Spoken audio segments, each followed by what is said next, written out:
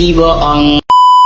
Aku hanya memikirkan satu peraturan penting. Kenapa kau lakukan hari ini kalau kau bisa melakukannya besok? Hahaha. Few moments later.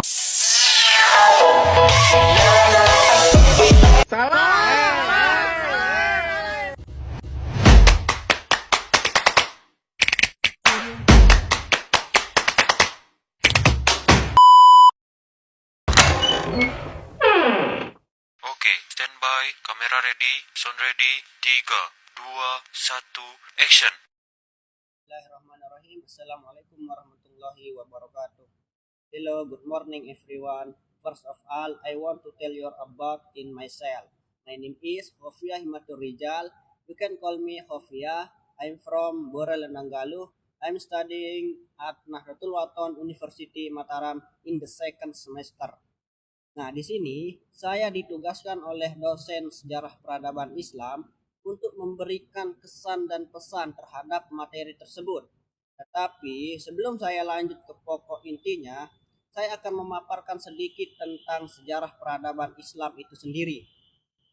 Kata sejarah itu berasal dari bahasa Arab sejarah yang berarti pohon, yang kemudian dipahami sebagai gambaran tentang perkembangan suatu peristiwa dari masa ke masa. Dalam bahasa Inggris digunakan istilah history, sedangkan dalam bahasa Arab sering dipakai istilah kata tarik yang berarti penentuan waktu atau catatan kejadian masa lampau. Adapun istilah peradaban itu berasal dari kata adab yang menunjukkan pada kemajuan budaya, tata kehidupan serta kualitas intelektual suatu masyarakat. Ketika kita kembali memutar pita sejarah, kita tidak sekedar membaca angka tahun atau nama-nama tokoh, melainkan menyaksikan sebuah mahakarya peradaban manusia yang dibangun di atas fondasi tauhid, ilmu pengetahuan dan nilai-nilai kemanusiaan. Di sini ada dua kesan dan pesan yang dapat saya ambil dari materi sejarah peradaban Islam ini, terutama pada materi sejarah pembukuan Islam, yaitu yang pertama, saya mengagumi atas metodologi yang sangat ketat dan ilmiah yang dilakukan oleh Zaid bin Sabit.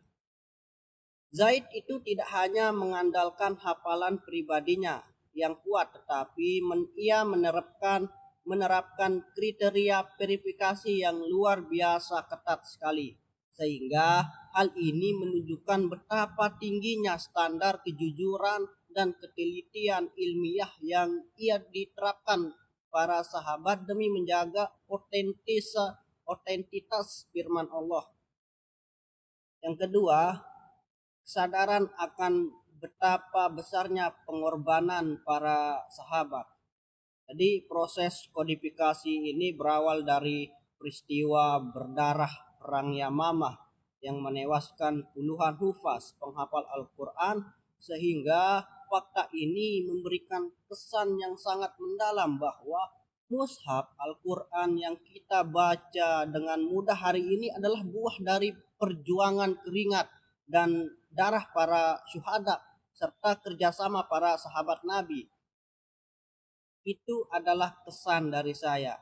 Adapun pesan yang dapat saya sampaikan dalam video ini, yang pertama, kita itu harus mendalami atau mendalami sikap kehati-hatian dalam mengelola suatu amanah.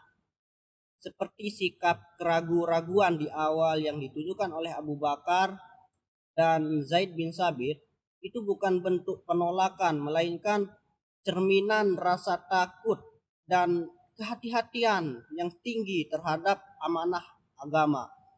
Pesan moral yang dapat kita ambil adalah untuk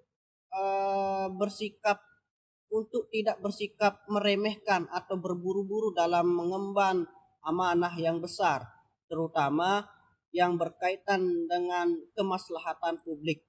Yang kedua,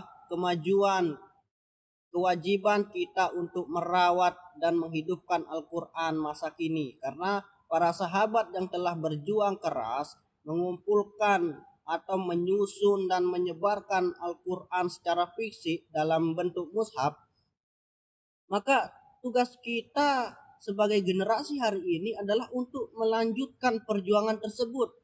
Bentuk perjuangannya bukan lagi sekadar mencetak mushaf, melainkan rajin membaca, menghafal dan memahami artinya serta mengamalkan nilai-nilai kedamaian dan keadilan Al-Quran dalam kehidupan bermasyarakat. Nah, mungkin hanya ini kesan dan pesan yang dapat saya sampaikan setelah kita mempelajari materi sejarah peradaban Islam ini. Terima kasih atas dosen yang sudah mengajar kami, membimbing kami dari tidak tahu menjadi tahu, dari ketergantungan menjadi disiplin, tepat waktu dan mematuhi aturan yang ada. Sekian dari saya. Assalamualaikum warahmatullahi wabarakatuh.